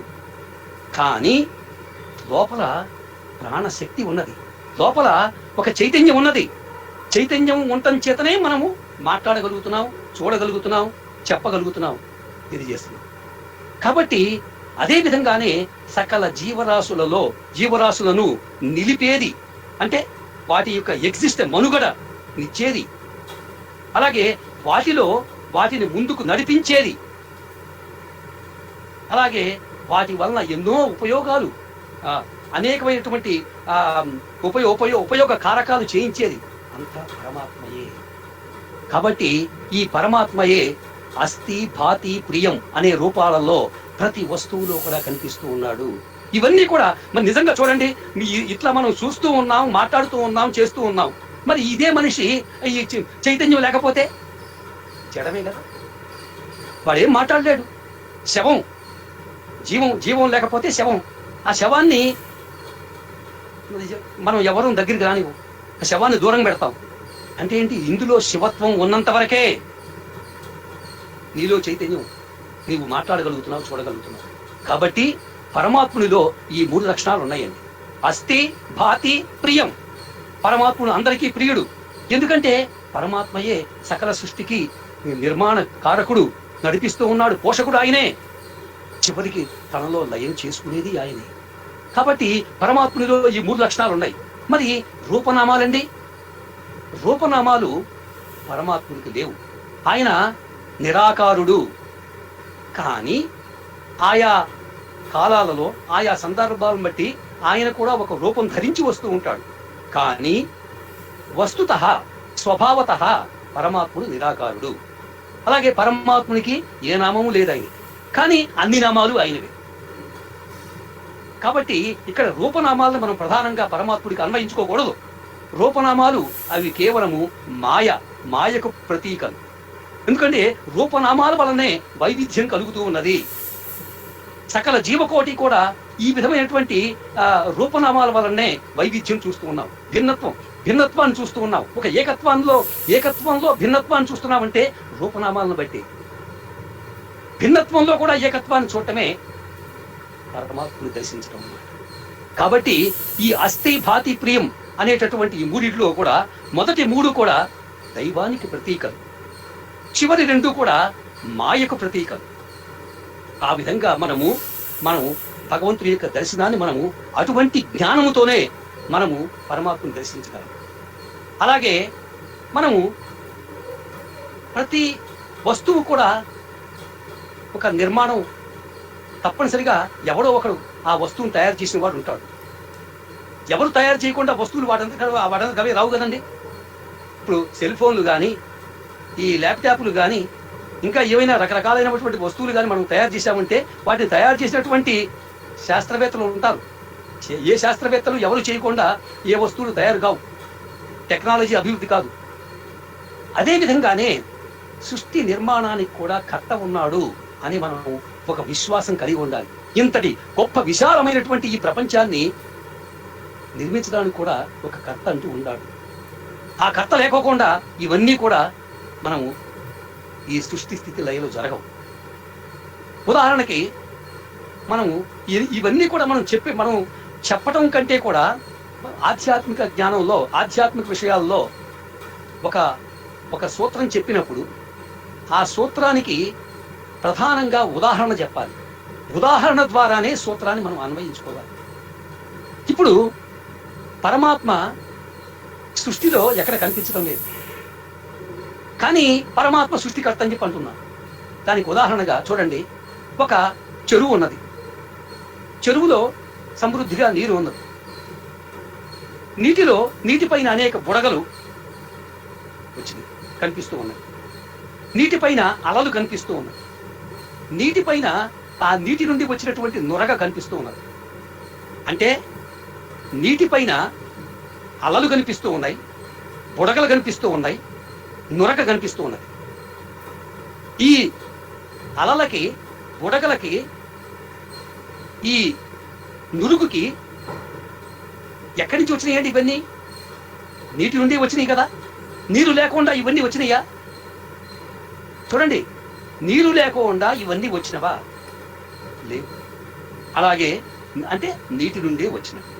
నీటి నుండే వచ్చినటువంటి ఈ బుడగలు గాని, అలలు గాని, నురగలు గాని తిరిగి మళ్ళీ ఏమైపోతున్నాయి? ఆ నీటిలోనే కలిసిపోతా ఉన్నాయి. నీటి నుండి పుట్టినటువంటి బుడగలు, అలలు, నురగలు నీటి నుండే పుట్టి మరల నీటిలోనే కలిసిపోతూ ఉన్నాయి. అంటే నీరు నిత్యము, బుడగలు అనిత్యము. నీరు ఆధారము, బుడగలు ఆధేయము. అదే విధంగానే ఇక్కడ సృష్టికి పరబ్రహ్మ ఉన్నాడు. అతడు నిత్యుడు. ఆ పరబ్రహ్మ నీకు కనిపించడం లేదు, కానీ ఆ పరబ్రహ్మ నుండి వెలువడినటువంటి ఈ సకల జీవకోటి కనిపిస్తూ ఉన్నది. ఆ పరబ్రహ్మ నుండి వెలువడినటువంటి ప్రకృతి కనిపిస్తూ ఉన్నది. కానీ ఈ ప్రకృతికి మూలము ఆ పరమాత్మయే. పరమాత్మ సృష్టియే. పరమాత్మ సృష్టించడం చేతనే మనకి ప్రకృతి కనిపిస్తూ ఉన్నది. కాబట్టి ఈ పరమాత్మ చేత సృష్టింపబడినటువంటి ఈ జగత్తు చివరికి ఏమవుతుంది? ఆ పరమాత్మలోనే లయమైపోతూ ఉన్నది. కాబట్టి పరమాత్మ నిత్యుడు, జగత్తు అనిత్యము అని మనం గ్రహించాలండి. మనం కాబట్టి ఈ సృష్టిని బాగా అర్థం చేసుకుంటేనే పరమాత్మ యొక్క దర్శనం చేయగలం. అదే విధంగానే మనం ప్రకృతిలో దేనికైనా సరే, ఒక పనికైనా, ఒక వస్తువుకైనా చేయాలంటే కార్యకారణ సంబంధం ఉంటుందండి. కార్యకారణ సంబంధం. కారణం లేకుండా కార్యం జరగదు. కార్యము దేని మీద ఆధారపడి ఉంటుందండి? కారణం మీద ఆధారపడి ఉంటుంది. వస్తు నిర్మాణంలో అయినా మనం కార్యకారణ సంబంధం ఈ ప్రకృతిలో మనం ఈ లౌకిక ప్రపంచంలో మనం చూస్తూ ఉన్నాం. అంటే కారణం బట్టే కార్యం ఉన్నది. కారణాలు ఎన్ని విధాలుగా ఉంటాయండి? 2 విధాలుగా కారణాలు ఉంటాయి. ఈ కారణాలు కూడా 2 విధాలుగా ఉంటాయి. ఉపాదాన కారణము, నిమిత్త కారణము. ఉపాదాన కారణం, నిమిత్త కారణం. ఉపాదాన కారణం అంటే ఏమిటి అంటే, మనకు ఒక పదార్థం, మూల పదార్థాన్ని మనం కలిగి ఉంటాం. అంటే ఎగ్జాంపుల్, ఒక వెండి గిన్నె ఉన్నదండి. వెండి గిన్నె ఉన్నది. వెండి గిన్నె తయారు చేయాలంటే మొట్టమొదటి మనకి ఏం కావాలి? మనకి వెండి కావాలి. వెండి లేకుండా మనం గిన్నె వస్తుందా? గిన్నె తయారు చేయగలమా? వెండి లేకుండా గిన్నె మనం తయారవుతుందా? కాదు. కాబట్టి వెండి మూల పదార్థం. వెండి మూల పదార్థం. వెండిని బట్టే గిన్నె ఉన్నది. గిన్నెని బట్టి వెండి లేదండి. అలాగే గిన్నెలు, ఈ వస్తువులు అనేక రకాలుగా ఉంటాయి. కానీ ఆ వస్తువుకు వాడినటువంటి మూల పదార్థం మాత్రం ఒకటే. అయితే ఇక్కడ మూల పదార్థం ఉన్నది, వస్తువు ఉన్నది. మరి మూల పదార్థాన్ని వస్తువుగా మార్చాలంటే ఎవరో ఒక కర్త ఉండాలి కదా. కర్త లేకోకుండా ఆ వస్తువు తయారవుతుందా? కాదు. కాబట్టి ఆ కర్తయే నిమిత్త కారణము. ఉపాదాన కారణం భౌతిక పదార్థం అయితే, నిమిత్త కారణం ఒక ప్రయోజనాన్ని, ఒక వస్తు నిర్మాణానికి ఉపయోగపడేటటువంటి ఒకనొక కర్త. ఇక్కడ మనము వెండి గిన్నెని తీసుకున్నప్పుడు, వెండి గిన్నె మూల పదార్థం, వెండి మూల పదార్థం. ఆ మూల పదార్థము నుండి గిన్నె తయారైంది. మరి ఈ వెండిని గిన్నెగా తయారు చేయడానికి కంసాలి అంటూ ఒకడు ఉండాలి. ఎవరో ఒక వస్తువు ఉండాలి, ఒక వ్యక్తి ఉండాలి. ఆ వ్యక్తిని మనం కంసాలి అంటూ. అలాగే బంగారాన్ని కూడా మనం ఉంగరాలుగాను, నగలుగాను, గాజులుగాను రకరకాలుగా చేసుకుంటూ ఉంటాం. కానీ అన్నిటిలో ఉండే మూలమైనటువంటి పదార్థం ఏంటి? బంగారమే. మరి ఈ బంగారం ఉన్నది, వస్తువులు ఉన్నాయి. మరి ఈ బంగారాన్ని వస్తువులుగా తయారు చేయాలంటే ఎవరో కర్త ఉండాలి కదా, నిమిత్త కారకుడు అయితే ఉండాలి కదా. అదే విధంగానే ఇక్కడ వెండి గిన్నె ఉన్నది. ఒకసారి గిన్నె తయారు చేసిన తర్వాత మనకు ఆ నిమిత్త కారకుడితో మనకు ప్రయోజనం ఉందా? మనకుందా? ఉపయోగం ఉందా? లేదు. అతడు ఎంతవరకు అంటే ఆ భౌతిక ఆ పదార్థాన్ని, ముడి పదార్థాన్ని ఒక వస్తువుగా తయారు చేయటం వరకే అతని పాత్ర. ఆ తయారు చేసిన తర్వాత అతనితో పని లేదు. కనిపించేదంతా ఏంటి? మనకి ఒక వస్తువే కనిపిస్తూ ఉన్నది. ఒక వెండి గిన్నె కనిపిస్తూ ఉంది, లేకపోతే ఒక బంగారపు నగ కనిపిస్తూ ఉన్నది. అంటే ఇక్కడ ఈ ఉపాదాన కారణం ఇదన్నమాట, నిమిత్త కారణం ఇది. అదే విధంగానే ఇక్కడ భగవంతుడు, పరమాత్మ జగత్తును సృష్టించాడు. మరి జగత్తును సృష్టించాలంటే జగత్తును సృష్టించాలంటే ముడి పదార్థం కావాలి కదండి. మరి ముడి పదార్థం ఎక్కడండి? పరమాత్మయే ముడి పదార్థం. చూడండి, ఇక్కడ పరమాత్మయే ముడి పదార్థం. ముడి పదార్థం పరమాత్మయే. ముడి పదార్థం నుండే, ఈ పరమాత్మ నుండే జగత్ సృష్టించింది. మరి సృష్టించడానికి మరి ఎవరో ఒక కర్త ఉండాలి కదండి. పరమాత్మయే సృష్టికర్త. అంటే ఏంటి? ఇక్కడ ఉపాదాన కారణము, నిమిత్త కారణము రెండూ కూడా పరమాత్మలోనే ఉన్నాయి. అక్కడ వెండి, గిన్నె, కంసాలి ముగ్గురు ఉన్నారు. ఇక్కడ పరమాత్మ, జగత్తు, పరమాత్మ. అంటే భౌతిక ఈ జగత్తును సృష్టించడానికి కావలసినటువంటి ముడి పదార్థం కూడా పరమాత్మలోనే ఉన్నది. అలాగే జగత్తును సృష్టించిన వాడు కూడా పరమాత్మయే. అంటే ఉపాదాన కారణం, నిమిత్త కారణం రెండూ కూడా అతనిలోనే ఉన్నాయి. చూడండి, కాబట్టి మనము పరమాత్మని ఆ విధంగా మనము భావించి దర్శించగలగాలి. మరి ఏమండి, ఇది మరి ఈ ప్రకృతి అంతా కూడా ఇంత అందంగా, ఇంత పచ్చగా, కనుల విందుగా కనిపించడానికి కారణం ఏమిటి? జగత్తు అని అంటే, జగత్తుకి ఈ అందాన్ని ప్రసాదించింది ఆ పరమాత్మయే. ఉదాహరణ చూడండి, మనకి గోధుమ పిండి ఉందండి, అలాగే బియ్య పిండి ఉంది, లేకపోతే ఏదైనా పిండి, శనగ పిండికి ఏమన్నా రుచి ఉంటుందా? గోధుమ పిండిలో కానీ, బియ్య పిండిలో కానీ, శనగ పిండిలో కానీ రుచి ఉంటుందా? రుచి ఉండదు. కానీ అందులో కొంచెం బెల్లం కలిపామంటే ఆ పిండికి రుచి వస్తుంది. అంటే రుచి లేని దానికి రుచి వస్తుంది. ఎందుకని? అందులో బెల్లం కలిపాం కాబట్టి రుచి వచ్చింది. అదే విధంగానే కళావిహీనమైనటువంటి ఈ జగత్తుకి కళల్ని ప్రసాదించాడు, సౌందర్యాన్ని ప్రసాదించాడు, అద్భుతమైనటువంటి యొక్క లావణ్యాన్ని, సౌందర్యాన్ని ప్రసాదించాడు భగవంతుడు. కాబట్టే ఈ జగత్తు ఈ విధంగా, జగత్తు ప్రకాశానికి, జగత్తు ఈ విధంగా మనకు కనిపించిన కనువిందు చేయడానికి గల కారణం అదండి. అలాగే మరి అటువంటి ఈ జగత్తును మనము ఆశ్రయించి ఈ జగత్తే సర్వస్వం అని అనుకుంటే పొరపాటు. అంటే పరమాత్మకు సృష్టించాడు కాబట్టి జగత్తు, కాబట్టి జగత్తునే మనం నమ్ముదాం అని అనుకుంటే పొరపాటు. ఎందుకంటే జగత్తు ఎంతవరకు అని చెప్పంటే మానవుడు నివసించడానికి ఉపయోగపడే ఒక వేదిక, ఒక వాహకం మాత్రమే, కానీ జగత్తు ప్రధానం కాదు. జగన్మిథ్య, బ్రహ్మయే సత్యం. కాబట్టి మనము ఇది ఎవడైతే జగత్తును నమ్ముకుంటాడో, ఈ ప్రకృతే సర్వస్వం అని నమ్ముకుంటాడో, అటువంటి వాడు ఒక గుడ్డివాడు మరొక గుడ్డివాడిని ఆశ్రయించినటువంటి విధంగా అవుతుంది. గుడ్డివాడు మరొక గుడ్డివాడిని ఆశ్రయిస్తే ఎక్కడికి పోతాడండి? సరైన దారిలో వెళ్ళగలరాడు? ఎక్కడో ఏ గోతులను పడిపోయి వాడు చేసుకుంటాడు జీవితాన్ని. అదేవిధంగానే ఒక దరిద్రుడు మరొక దరిద్రుని ఆశ్రయించినట్టు అవుతుంది. కాబట్టి దరిద్రుడు ఎవరిని ఆశ్రయించాలి? ధనవంతుని ఆశ్రయించాలి. ఒక గుడ్డివాడు ఎవరిని ఆశ్రయించాలి? కళ్ళున్న వాడిని ఆశ్రయించాలి. అదే విధంగానే మనము ప్రకృతిలో ఉన్నటువంటి ఈ ప్రాణులందరూ కూడా ఎవరిని ఆశ్రయించాలి? పరమాత్ముడిని ఆశ్రయించాలి.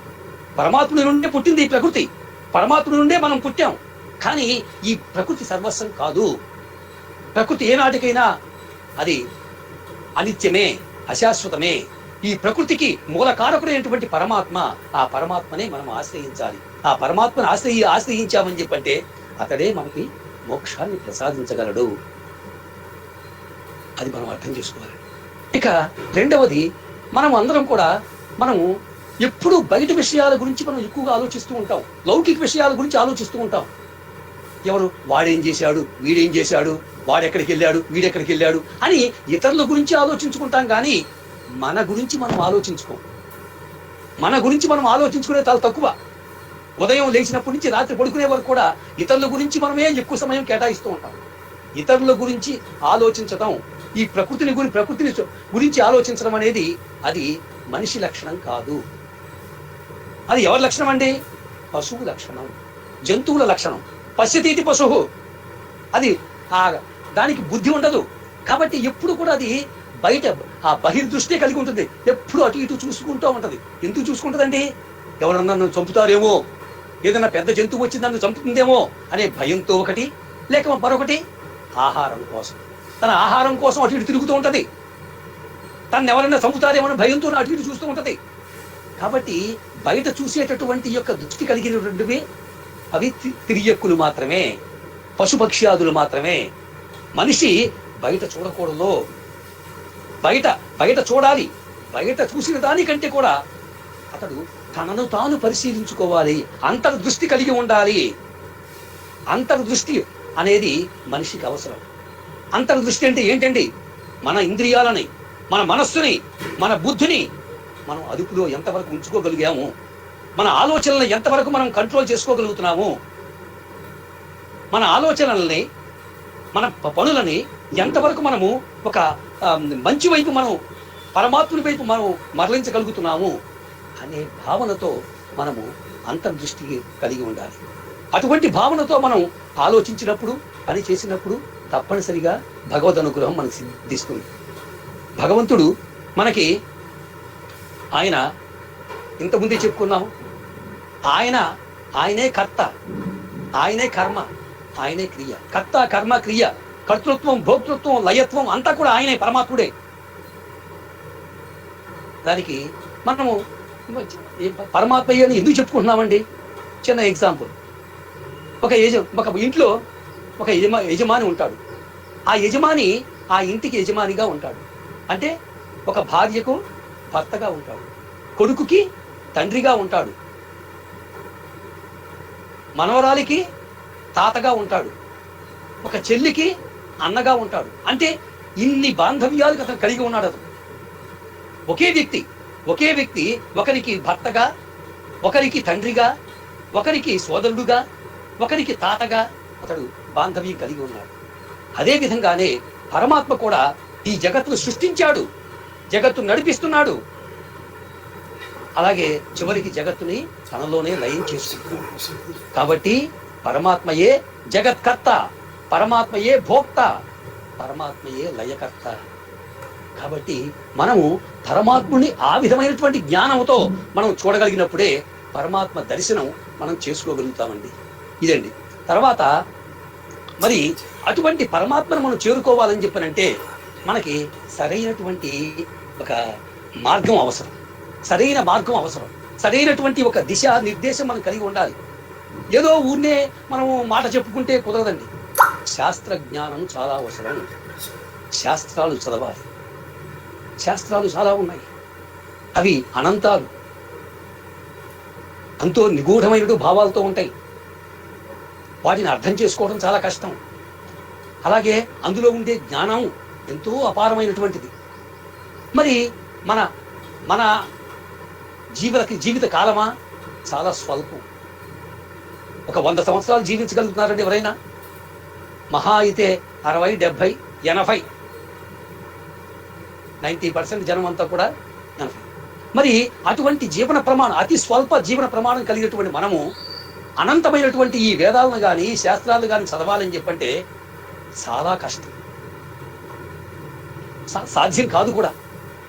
అయితే మనము ఉదాహరణ దీనికి, సముద్రం అనంతమైనటువంటిది, సముద్రం అగాధమైనటువంటిది. దానికి అవధులు లేవు. అటువంటి సముద్రంలో ఉండేటటువంటి అపారమైన జలాన్ని మనం తీసుకోవాలంటే మనం సాధ్యం అవుతుందా? ఆ జలం యొక్క రుచి మనం తెలుసుకోవాలంటే మనం ఏం చేస్తాం? ఒక చుక్క నీటిని మనం నోట్లో వేసుకుంటే సముద్ర జలం యొక్క రుచి ఏంటో మనకు తెలుస్తుంది. అంతేగాని ఆ రుచి తెలియటం కోసం సముద్రాన్నంతటా తాగవలసిన పని లేదు. మనం సముద్రాన్నంతటిని, సముద్రం యొక్క రుచి తెలియాలి అంటే సముద్రం జలం అంతటిని తాగాల్సిన పని లేదు, కేవలం ఒక చిన్న చుక్క చాలు. అదే విధంగానే శాస్త్రములో ఉండేటటువంటి అపారమైనటువంటి జ్ఞానాన్ని మనం తెలుసుకోవాలని చెప్పారంటే ఆ శాస్త్ర సారాన్ని మనం తెలుసుకుంటే చాలు. శాస్త్రంలో ఉండేటటువంటి జ్ఞాన సారాన్ని మనం గ్రహిస్తే చాలు. అదే అంటాడండి హిరణ్యకశిపుడితో ప్రహ్లాదుడు.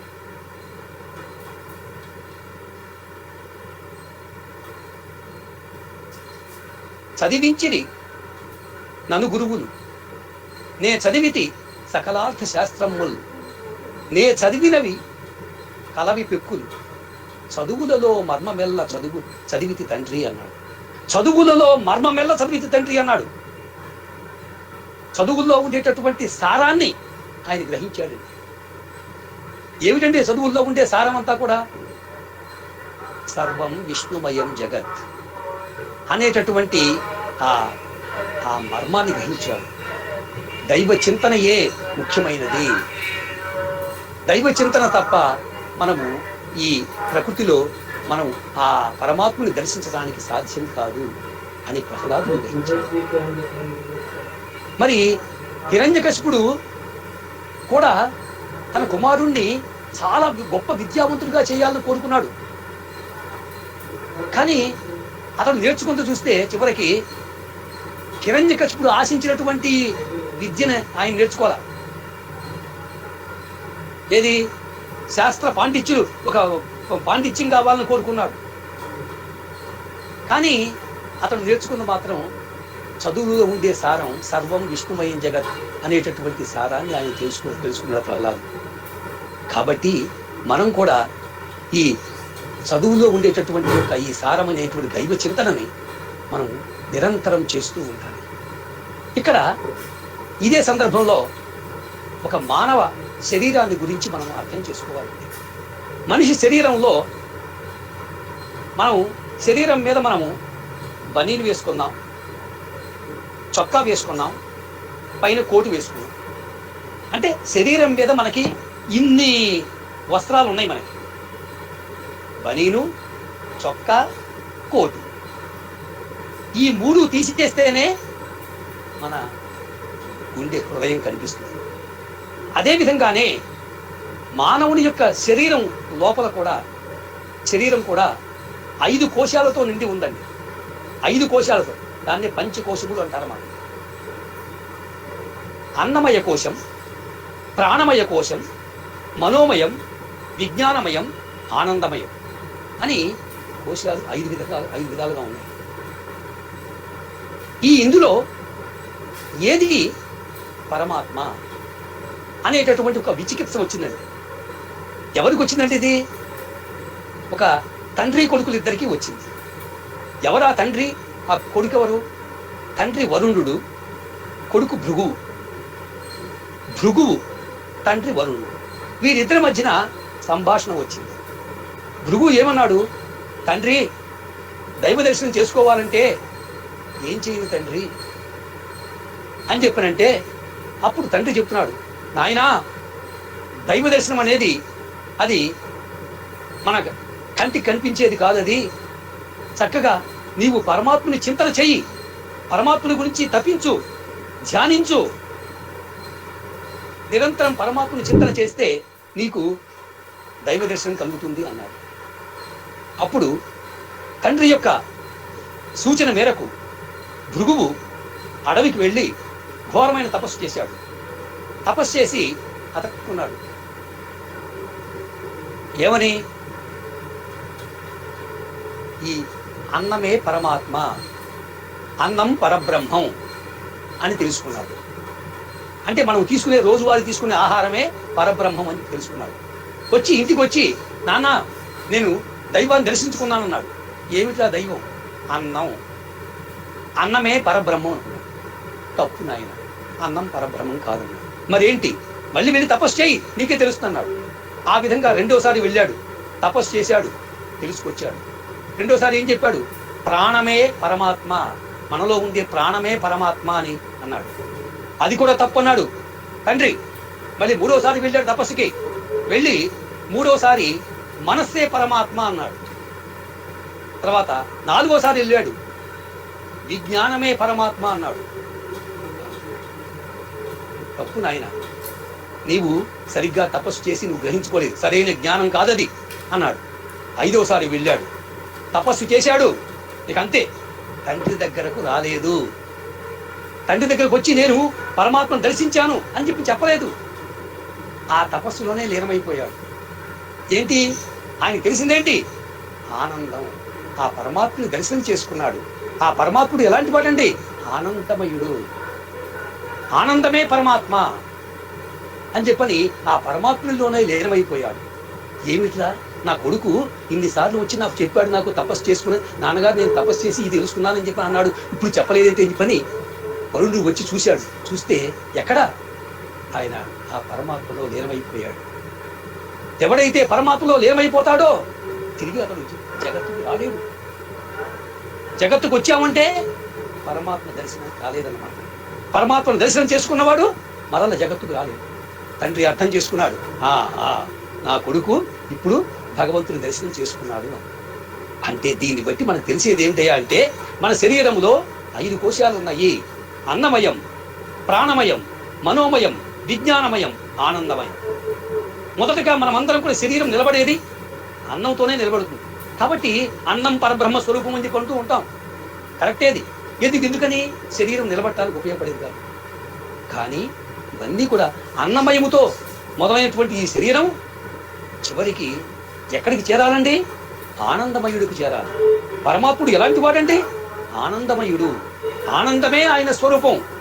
ఆనందానికి ఏమైనా స్వరూపం ఉన్నదా? లేదు. మరి ఎట్లాగండి? అది అనుభవిస్తేనే తెలుస్తుంది. సంతోష విచారాలకి ఏమైనా స్వరూపం ఉందా? లేదు. ఆ సంతోష విచారాలు మనం అనుభవిస్తూ ఉంటే మన యొక్క ముఖ కవళికలను బట్టి ఆ విచారం ఉంటే వాడు ఏడుస్తూ ఉంటే మనం ఓహో వాడి విచారం కూడా అనుకుంటాం. ఆహా నవ్వుతూ ఉంటే వాడి సంతోషం కలిగి. అలాగే ఆనందం, తనలో తానే ఆనందపడటం, అటువంటి దానిని పరమాత్మ స్వరూపంగా. కాబట్టి మనిషి ఎప్పుడు కూడా అన్నమయుడుగా జీవించిన మనిషి అన్నమయుడుగానే ఉండిపోకూడదు. ఆనందమయుడుగా మారాలి. ఆనందమే బ్రహ్మ. ఎప్పుడైతే నువ్వు ప్రకృతిని ఆశ్రయించుకుంటావో, ప్రకృతిలోనే సర్వస్వం ఉందని భావించుకుంటావో, నీకు దొరికేవన్నీ కూడా కష్టాలే, దుఃఖాలే, నష్టాలే, విచారాలే. సర్వం పరవశం దుఃఖం. ప్రకృతిని ఆశ్రయిస్తే నీకు లభించేదంతా కూడా దుఃఖమే. మరి ఎవరిని ఆశ్రయించాలండి? సర్వం ఆత్మవశం సుఖం. ఎప్పుడైతే పరమాత్ముని నువ్వు ఆశ్రయించావో నీకు ఎల్లప్పుడూ నిత్యానందమే, పరమానందమే లభిస్తుంది. కాబట్టి పరమాత్మ దర్శనం ఆ విధంగా చేసుకోవాలి. పరమాత్మ దర్శనం కావాలంటే 2 మార్గం. లక్ష్మీనారాయణ గారండి, సార్ మరి ఇప్పుడు 12 అయిందండి. మరి నాకు 11:45 వరకే. సార్ మంచిగా ఉన్నాం sir. You can continue for another 10 minutes. లేదు, you can continue this flow. No you should continue. Okay sir, okay sir. అలా పరమాత్మని మనం చేరటానికి ప్రధానంగా 2 మార్గాలు ఉన్నాయండి. ఒకటి కర్మ మార్గం, రెండవది జ్ఞాన మార్గం. మరి ఇది ఈ 2 మార్గాల్లో ఏ మార్గం మనకి మోక్షాన్ని అందిస్తుంది అని అంటే 2 మంచివే, 2 గొప్పవే. కానీ ఒక చిన్న ఎగ్జాంపుల్ అండి. ఒక తల్లి తన 2 బిడ్డల్లో ఒక బిడ్డకేమో చక్కగా స్వీటు, హాటు అన్నీ అందిస్తూ ఉంటుంది. ఇంకొక బిడ్డకు వాటి పెట్టదు. పెట్టదని చెప్పంటే అతనికి, ఆ తల్లికి ఆ కొడుకంటే ద్వేషమనా? కాదు. వాడికి షుగర్ ఉన్నది, వాడికి మధుమేహం ఉన్నది కాబట్టి వాడికి ఈ స్వీట్ పెడతలేదు. అంతేగాని ఇద్దరు పిల్లల్లో ఒకరికి ఇచ్చి ఒకరికి ఇవ్వకుండా తండ్రి ఉంటుందా? ఉండదు. వాడికేమో స్వీట్ ఇచ్చింది, వీడికి స్వీట్ ఇవ్వలేదు.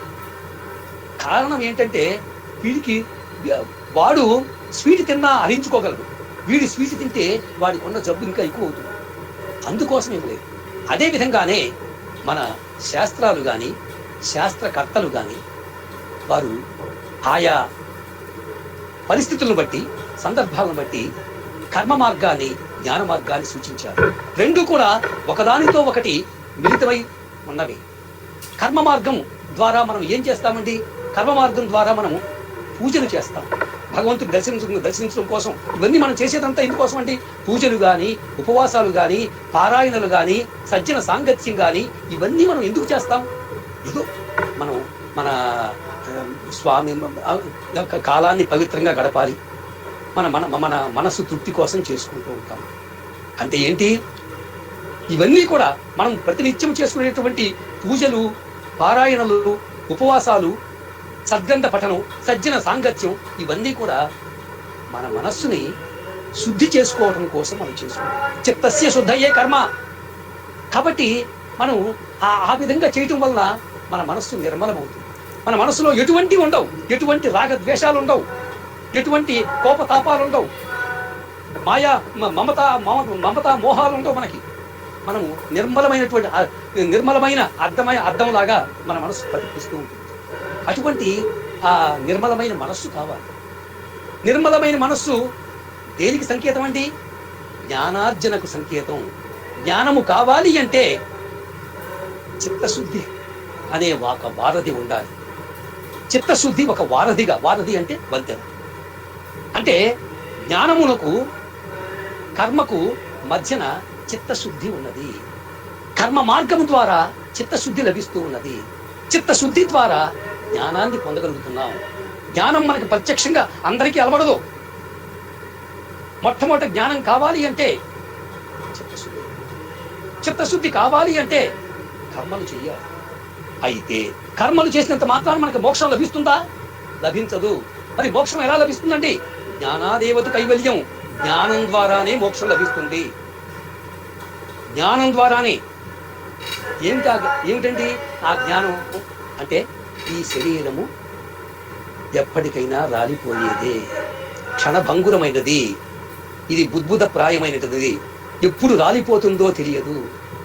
ఈ రాలిపోయేటటువంటి ఈ శరీరంలో, నశ్వరమైన శరీరములో పరమాత్మ ఉన్నాడు. ఆ పరమాత్ముడు సాక్షిభూతుడుగా నేను చేసే పనులన్నింటినీ కూడా చూస్తున్నాడు. అందుచేత ఆ పరమాత్మను సాక్షిభూతులుగా చేసుకొని నీవు నీ సత్కర్మలని నీవు నీ పనులను యథావిధిగా చేసుకుంటూ ఆ పరమాత్ముని అన్ని పనులని ఆ పరమాత్ముడికి అంకితం చేసుకుంటూ ఆ విధంగా నీవు జీవితాన్ని గడిపితే చివరికి జ్ఞానం, ఆ మోక్షం లభిస్తుంది. కాబట్టి జ్ఞానం అని చెప్పంటే అంతటా పరమాత్మయే వ్యాపించి ఉన్నాడు. శరీరము అనిత్యమైనటువంటిది. అనిత్యమైన శరీరం ద్వారా నిత్యమైనటువంటి శాశ్వతమైనటువంటి పరమాత్మను నేను పొందాలి అనే భావన నీలో కలగాలి. ఆ భావన అది జ్ఞానం ద్వారానే ఆ భావన కలుగుతుంది. కాబట్టి మనము ఇటువంటి ఈ కర్మ జ్ఞాన మార్గాలు రెండు కూడా సాధకులకు ఉపయోగపడేవే. అయితే మనిషి తన జీవితంలో అనేక పనులు చేస్తూ ఉంటాడు. కొన్ని పనుల్లో సక్సెస్ అవుతుంటాడు, కొన్ని పనుల్లో ఫెయిల్యూర్ అవుతుంటాడు. అంటే సఫలమవటానికి విఫలమవటానికి, సఫలమైతేనేమో తన గొప్ప అనుకుంటాడు, విఫలమైతేనేమో నా దురదృష్టం అండి అంటాడు. దురదృష్టం అంటే అది భగవంతుడి మీద పెట్టేస్తున్నాడు. దురదృష్టం కాదు. నీవు ఎప్పుడైతే నీ యొక్క మానవ ప్రయత్నం మీద నువ్వు ఆధారపడి ఉన్నావో అది నీ యొక్క ఫెయిల్యూర్గానే భావించాలి. ఎందుకని ఆ విధంగా భావించడం అనేది తప్పు. నీవు చేసేటటువంటి సక్సెస్ కి ఫెయిల్యూర్ కి రెండు కూడా అవి నీవి కావు. నీవు నిమిత్త మాత్రుడవు. నిజంగా సక్సెస్ కి ఫెయిల్యూర్ కి నువ్వే అయితే కొన్ని క్వశ్చన్స్ వస్తాయి మనకి. మన గుండె పనిచేస్తూ ఉన్నది, ఈ గుండె సడన్ గా ఆగిపోతుంది. మరి దాన్ని నువ్వేమైనా చేయగలుగుతున్నావు? మరి దాన్ని ఆగిపోయిన గుండె నువ్వేమైనా చేయగలుగుతున్నావు? మరి నువ్వు గాలి పీల్చుకుంటున్నావు, అది నీ అధీనంలో ఉందా? పీల్చుకున్న గాలి విడిచిపెడుతున్నావు, అది నీ అధీనంలో ఉందా? ఆహారం తీసుకుంటున్నావు, అది జీర్ణమవుతూ ఉన్నది, అది నీ అధీనంలో ఉందా? ఏది నీ అధీనంలో లేదు. ఏది నీ అధీనంలో లేనప్పుడు నువ్వేదో నేను అది చేశాను ఇది చేశానని చెప్పని మనం ప్రగల్భాలు పలుకోవడము చాలా అవివేకం. కాబట్టి చావు పుట్టుకలు ఏవి కూడా నీ అధీనంలో. పుట్టడం నీ యొక్క అధీనం కాదు, చావటం నీ అధీనం కాదు, జీవించడం నీ అధీనం కాదు. ఎంతవరకు జీవించాలో అది ముందే నిర్ణయింపబడి ఉంటుంది. కాబట్టి నీవు నిమిత్త మాత్రుడుగా పనిచెయ్యి. అన్ని కర్మలు కూడా భగవంతుడికి అర్పితం చెయ్యి. శరీరం ఒక యంత్రం లాంటిది అని భావించు. దాని చోదకుడు ఆ పరమాత్మయే అని భావించాలి. భావిస్తూ ఏం చేయాలండి? నిష్కామ కర్మ చెయ్యి. చూడండి, నిష్కామ కర్మ చెయ్యాలి. నిష్కామ కర్మ అంటే పరమాత్మ చెప్పాడు, యత్ కరోషి యద్ అశ్నాసి యద్ జుహోషి దదాతి యత్ తపస్యసి కౌంతేయ తత్కృష్ణ మదర్పణ. చూసారా, పరమాత్ముడు చెప్పిన మాటలే ఇవన్నీ కూడా. నువ్వు ఏం చేస్తున్నావు, ఏం పని చేస్తున్నావో, ఏం తింటున్నావో, ఏది నువ్వు ఆ భగవంతుడికి అర్పణంగా నైవేద్యంగా మొత్తం పూజలు చేస్తున్నావో అవన్నీ కూడా నువ్వు నాకు అర్పిస్తే అదే నిష్కామ కర్మ. నిష్కామ కర్మకు పరమాత్ముడు ఇచ్చినటువంటి నిర్వచనం అది. యత్ కరోషి యద్ అశ్నాసి యద్ జుహోషి దదాతి యత్ తపస్యసి కౌంతేయ. అన్నీ కూడా తత్కృష్ణ మదర్పణం అని అన్నారు.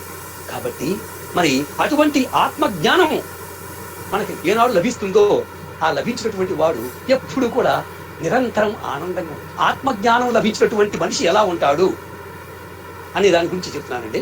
పూర్ణ తృప్తి కలిగి ఉంటాడు. ఎప్పుడు కూడా వాడికి అసలు బాధే ఉండదు.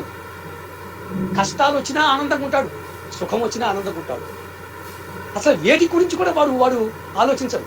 కానీ అట్లా అని చెప్పని అందరికీ విడిచిపెట్టి సన్యాసిలాగా ఉంటాడని చెప్పనా? కాదు, అతను సన్యాసి కాడు. మన అందరితో జీవిస్తూ ఉంటాడు, మన అందరితో చక్కగా మంచిగా ఉంటాడు. కానీ మనం అందరం ఏదైతే సంతోషం వస్తే ఎగిరి పడతా ఉంటామో, బాధ వస్తే ఏడుస్తూ కూర్చుంటామో ఆ రెంటికి అది. అతను ఎప్పుడు నిరంతరం ఆనందంగానే ఉంటాడు, సంతృప్తిగా జీవిస్తాడు. రెండవది ఇది ఆత్మజ్ఞానం. జ్ఞాని అంటే భగవంతుని దర్శించిన వాడి యొక్క లక్షణాలు చెప్తున్నారండి. రెండవది నిర్వికారత. నిర్వికారత అని చెప్పారంటే ఏంటండి?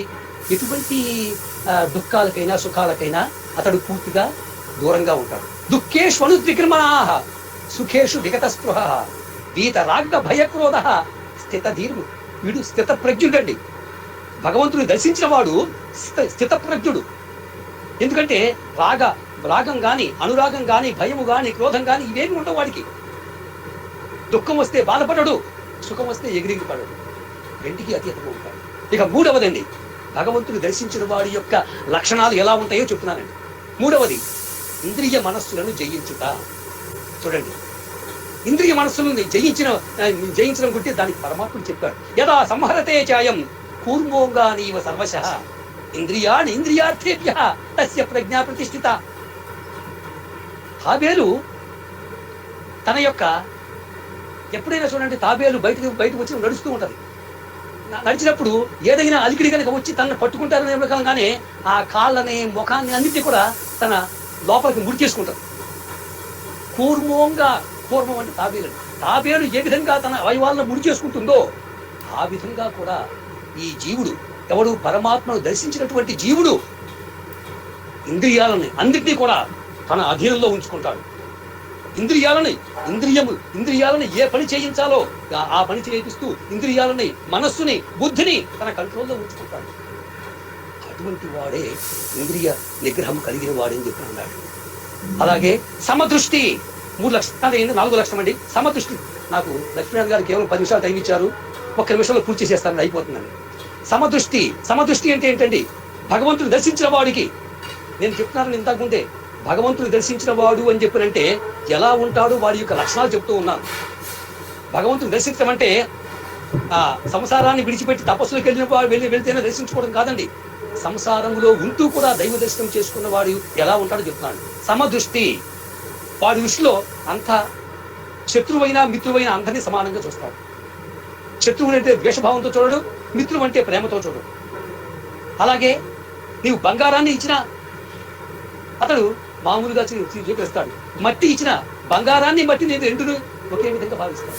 చూడండి, సమలోష్టాశ్మ కాంచన, లోష్టాన్ని అంటే ఒక ఇనుముని గాని బంగారాన్ని గాని రెంటిని సమభావంతో చూస్తాడు. మరి మనం అలా చూడగలుగుతాం చెప్పండి? బంగారాన్ని అంటే మనం చాలా ఎంతో విలువైందిగా మనం దాన్ని భావించేస్తాం. అలాగే మరి ఒక ఇనప ముక్క అంటే దాన్ని పక్కన పారేస్తాం. అదే ఒక చెత్త కాగితం అని చెప్పి పక్కన పారేస్తాం. అదే కాగితం మరి డబ్బు రూపంలో ఉంటే దాన్ని చాలా జాగ్రత్తగా పడుతుంది. ఇవి ఇటువంటి భావాలకు పూర్తిగా అతీతంగా ఉంటాడు దైవ దర్శనం చేసుకున్నవాడు. రెంటిని ఒకే విధంగా భావిస్తాడు. అంటే దేనికి విలువ ఇవ్వడు, రెంటిని సమానంగా భావిస్తాడు. అటువంటి సమదృష్టి కలిగిన వాడే ఉంటాడండి పరమాత్మ. ఆత్మ జ్ఞానముకు పొందిన వాడు, పరమాత్మను దర్శించిన వాడు 4 లక్షణాలు ఉంటాడు. పూర్ణ తృప్తి, నిర్వికారత, ఇంద్రియ మనస్సులను జయించడం, సమదృష్టి. ఈ 4 కలిగి ఉంటాడు. కాబట్టి ఇటువంటి 4 మనకి కావాలి అంటే మనం ఏం చేయాలండి? కొన్ని మన నిజ జీవితంలో కొన్ని పాటించాలి, కొన్ని పద్ధతులు పాటించాలి. పాటించినప్పుడు ఆ ఆత్మజ్ఞానం మనకు కలబడుతుంది. ఏమిటండి? మనం అందరం చేస్తూ ఉంటాం ప్రతిరోజు దేవతారాధన, పూజలు చేస్తూ ఉంటాం. ఆ దేవతారాధన చేసేటప్పుడు కూడా యాంత్రికంగా చేయకూడదు. మనసును ఆ పూజ మీద లగ్నం చేసి చేయాలి. ఏదో ఊనే గంట గణగణ వాయించేసుకోవడం, ఏదో 4 శ్లోకాలు చెప్పేసేసేయడం, ఆర్తి చేసేసేయడం భజన అయిపోయింది. ఒక్క 5 నిమిషాలు చెయ్యి, 1 నిమిషం చెయ్యి, మనసును లగ్నం చేసి దేవతారాధన చెయ్యి. అట్లాగే సద్గురు సేవ, పెద్దవారిని గురువులని మనం భక్తి విధేయతలతో మనం ఆదరించాలి. వారు చెప్పిన మాటలను పాటించాలి. ఈ రోజుల్లో యువకులందరూ కూడా, చాలా మంది యువకులే కాదండి, చాలా మంది పెద్దవాళ్ళు కూడా మాకే అన్ని తెలుసు, నువ్వేంటే మాకు చెప్పేది, మాకు అన్ని తెలుసు, మాకు వీడెవడ పాత్రలకే పచ్చవాడు అని ఇట్లా ఇటువంటి నిర్లక్ష్యమైన భావం, అహంకార భావం చాలా మందిలో మనకు తెలిసింది చాలా స్వల్పం, తెలుసుకోవలసింది అనంతం ఉన్నది. కాబట్టి ఎవరు ఏది చెప్పినా అన్నిటినీ కూడా మనము శిరస్సు వంచి వారి యొక్క నుండి ఆ జ్ఞానాన్ని సంపాదించాలి. కాబట్టి పెద్దవారి పట్ల, పెద్దవారంటే కేవలం గురువులే కాదండి, తల్లిదండ్రులు, పెద్దలు, సమాజంలో ఉండే పెద్దలు, గురువులు, ఎవరు ఏది చెప్పినా అందులో ఉంటే మంచిని స్వీకరించాలి. అందరినీ కూడా వినయ విధేయతలతో గౌరవించాలి. 3వది ప్రకృతి ఆరాధన. ఎప్పుడు కూడా మనము ప్రకృతిని ఆరాధించిన వాడు దైవాన్ని ఆరాధించినట్లే. చూడండి, నీరు ఉన్నది, నిప్పు ఉన్నది, అదే విధంగానే గాలి ఉన్నది. ఇవన్నీ కూడా ప్రకృతిలో ఉండే పంచభూతాలు. వీటిని మనము చాలా జాగ్రత్తగా వాడుకోవాలి. చాలా మంది నీటిని వృధా చేస్తూ ఉంటారు, నీరుని కలుషితం చేస్తూ ఉంటారు, కరెంటుని వృధా చేస్తూ ఉంటారు, అలాగే వాయు కాలుష్యం చేస్తూ ఉంటారు. ఇది చాలా తప్పు. అంటే దైవాన్ని మనం దూషించినట్లే, దైవానికి అపచారం చేసినట్లే. పంచభూతాలు ఎవరో కాదు, దైవము తను సృష్టించినటువంటి ఈ ప్రకృతికి ఆధారములుగా మనకి ఇచ్చినటువంటివి. ఇవి లేకపోతే మన మనుగడే లేదు. కాబట్టి ప్రకృతిని మనం గౌరవించాలి, ప్రకృతిని పూజించాలి. ప్రకృతిని పూజిస్తే గనక ఆ పరమాత్మని మనం చేరుకోవడానికి ఇది ఒక సోపానం మనము. అదే విధంగానే 4వది భూతదయ, అందరినీ ప్రేమించాలి. ముఖ్యంగా లేని వారి పట్ల మనము దయ కలిగి ఉండాలి. కేవలం మనుషులే కాదండి, పశు పక్ష్యాదుల పట్ల, క్రిమి కీటకాదుల పట్ల మనము ఆ హింసాభావం విడనాడాలి. అందరినీ కూడా జాలితో, ప్రేమతో చూడాలి. అందరినీ ప్రేమతో పలకరించాలి. లవ్ ఆల్ సర్వ్ ఆల్ అని స్వామి చెప్పారు. అదే భూతదయ అంటే. అదే ఇక లాస్ట్ది చాలా ముఖ్యమైనదండి. ఆత్మజ్ఞానం అలవడాలంటే ఒకటే గుర్తుంచుకోవాలి, భగవంతుడు సర్వాంతర్యామి. భగవంతుడు ఏ మందిరానికో, ఏ మసీదుకో, ఏ ప్రాంతానికో పరిమితమై లేడు. ఈ ప్రకృతి అంతటా వ్యాపించి ఉన్నాడు. అణువులోనూ పరమాత్ముడు ఉన్నాడు. కాబట్టి ఆ పరమాత్ముని మనము దర్శించుకోవాలంటే ఎక్కడికి పోవాల్సిన పని లేదు. నీ చుట్టుపక్కల ఉండే వారిని అందరినీ ప్రేమించు, అందరినీ గౌరవించు. అలాగే ఆ విధంగా గౌరవిస్తే జనసేవయే జనార్దన సేవ. కాబట్టి భగవంతుడు సర్వాంతర్యామి. ఆ సర్వాంతర్యామి అయినటువంటి ఆ భగవంతుడిని మనము దర్శించాలంటే నీ చుట్టుపక్కల ఉండేటటువంటి అందరినీ ప్రేమించు, అందరికీ సేవ చెయ్యి. నీకు శక్తి ఉన్నంత వరకు అందరికీ కూడా నీవు చెయ్యి, సేవ చెయ్యి. సేవ చేయలేకపోతే కనీసం మంచి మాటలతో అయినా కనీసం మాట్లాడు. మంచి మాటలు కూడా కరువా. కాబట్టి ఆ విధమైనటువంటి భావం, సర్వాంతర్యాం అనే భావాన్ని మాత్రం భగవంతుడు ఏమి చూడట్లేదులే, ఆయన ఎక్కడో పూజా మందిరంలో ఉన్నాడులే, నేను ఈ చెత్త పని చేసినా పర్వాలేదు, చెత్త మాట్లాడినా భగవంతుడే వినలే అని భావించుకోవద్దు. పరమాత్ముడు మనలోనే ఉన్నాడు. మనం చేసే ప్రతి క్రియలో కూడా అతడు చూస్తున్నాడు, సాక్షిభూతుడై చూస్తున్నాడు. నీవు చేసే ప్రతి పనిని కౌంట్ చేస్తున్నాడు.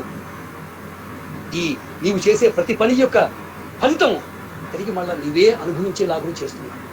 కాబట్టి ఆయన సాక్షిభూతుడిగా ఉన్నాడనేటువంటి జ్ఞానం మనలో ఉన్నప్పుడు మనం చేసే పనులన్నీ కూడా పవిత్రమైన పనులుగానే చేస్తాం. అన్ని కూడా పవిత్రమైన పనులే అవుతున్నాయి.